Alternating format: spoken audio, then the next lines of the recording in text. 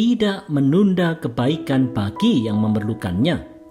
Refleksi pagi 1138. Seorang yang takut Tuhan adalah seorang yang mau mendengar dan menaati petunjuk Tuhan.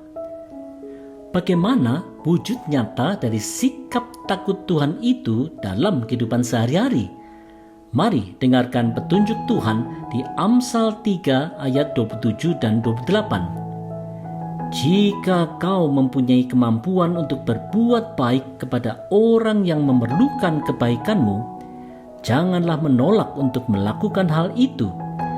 Janganlah menyuruh sesamamu menunggu sampai besok, kalau pada saat ini juga engkau dapat menolongnya. Saudara-saudara, perbuatan baik yang dapat dilakukan oleh seseorang untuk siapa saja yang memang memerlukannya adalah sebuah kewajiban yang tidak boleh ditunda. Melalui berbagai perbuatan baik yang tidak diskriminatif, kasih Tuhan menjadi nyata. Saudara-saudara, nilai kebaikan mengangkat nilai kemanusiaan di mana manusia dipandang dan diperlakukan sebagai sesama manusia ciptaan Tuhan. Dengan demikian, manusia tidak boleh menganggap rendah sesamanya siapapun mereka.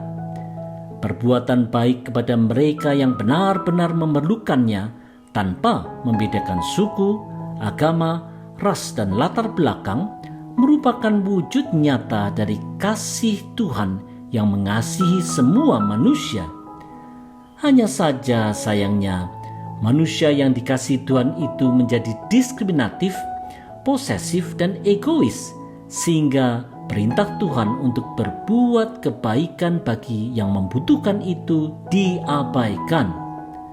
Manusia malah menjadi penindas bagi sesamanya. Marilah kita hindari sikap ini dengan tidak menunda perbuatan baik kita bagi sesama.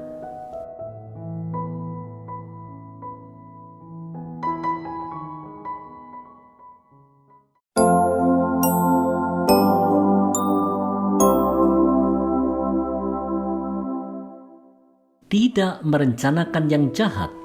Refleksi pagi 1139. Apa pesan Amsal bagi orang yang takut akan Tuhan dalam keseharian hidup mereka? Mari dengar nasihat Amsal 3 ayat 29. Janganlah merencanakan sesuatu yang merugikan sesamamu yang tinggal di dekatmu dan mempercayaimu.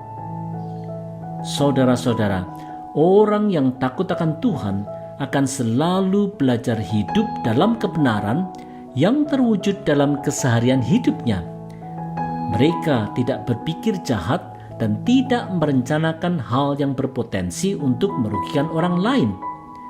Mereka adalah orang-orang yang dapat dipercaya dan tidak sekalipun mencoba mengkhianati kepercayaan tersebut. Mereka adalah orang yang berintegritas dalam kehidupannya sehari-hari. Inilah kehidupan yang berkenan di mata Tuhan, yang pasti menjadi berkat bagi banyak orang. Saudara-saudara, kehidupan sehari-hari dapat diilustrasikan sebagai buku terbuka yang dapat dibaca oleh setiap orang, terutama orang-orang yang dekat dengannya. Ini bisa saja keluarga, asisten rumah tangga, tetangga samping rumah, teman di kantor, ataupun sahabat-sahabat dekat. Kehidupan seorang yang mengaku takut Tuhan dan hidup dalam Tuhan tentu saja akan tercermin dalam kehidupan berintegritas yang tidak berpikir jahat, yang bisa merugikan orang lain. Inilah tantangan bagi kita semua. Oleh sebab itu, marilah kita terus belajar berbuat baik kepada semua orang. Janganlah terbersit sedikit pun di pikiran kita untuk berbuat buruk pada sesama siapapun dia. Mari kita menjadi saluran berkat Tuhan dengan menjadi terang bagi sekitar kita. Soli Deo Gloria.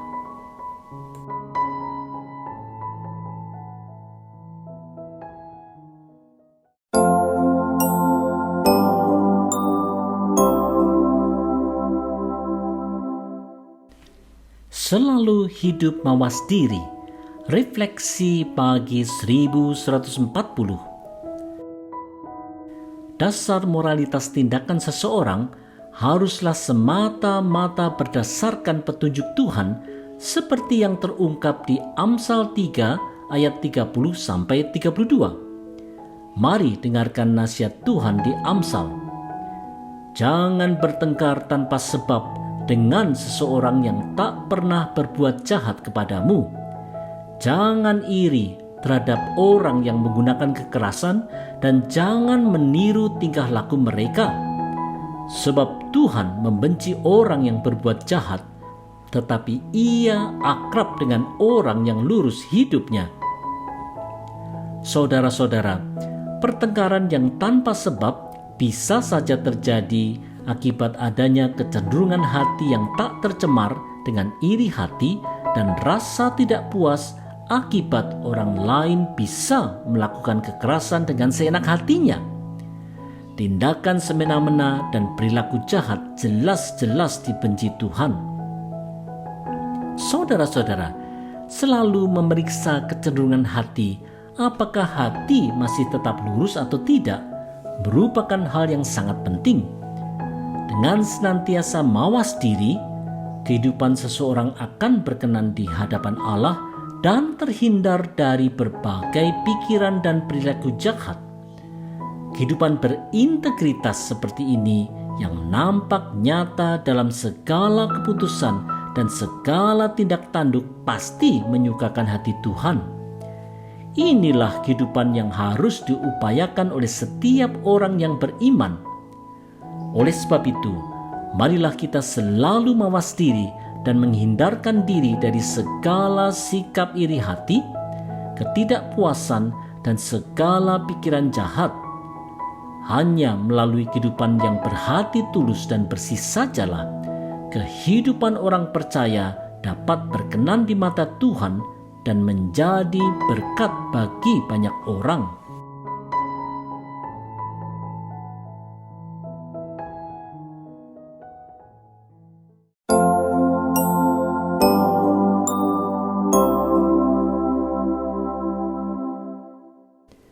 Taat dalam kerendahan hati. Refleksi pagi 1141. Bagaimanakah sikap Tuhan terhadap orang yang mau dengan rendah hati taat kepadanya? Mari kita simak Amsal 3 ayat 33-35. Tuhan mengutuk rumah orang jahat, tetapi memberkati rumah orang yang taat kepadanya. Tuhan membenci orang yang tinggi hati, tetapi memberkati orang yang rendah hati. Orang bijaksana akan bertambah harum namanya, sedangkan orang bodoh semakin tercela. Saudara-saudara, bagi mereka yang mau dengan rendah hati menaati Tuhan, mereka adalah orang bijaksana yang akan memiliki kehidupan yang diberkati Tuhan. Mereka akan membawa kemuliaan bagi nama Tuhan. Sebaliknya, bagi mereka yang tinggi hati dan tidak mau menaati Tuhan, mereka adalah orang bodoh yang kehidupannya justru akan makin tercela. Saudara-saudara, Amsal telah mengingatkan betapa pentingnya bagi setiap pengikut Kristus untuk memiliki sikap rendah hati dalam menaati Tuhan. Dalam sikap takut Tuhan ini, kita akan menjadi orang bijaksana yang membawa keharuman bagi nama Kristus. Melalui kehidupan yang menjauhi sikap tinggi hati dan perilaku jahat, kita akan menjadi berkat bagi banyak orang.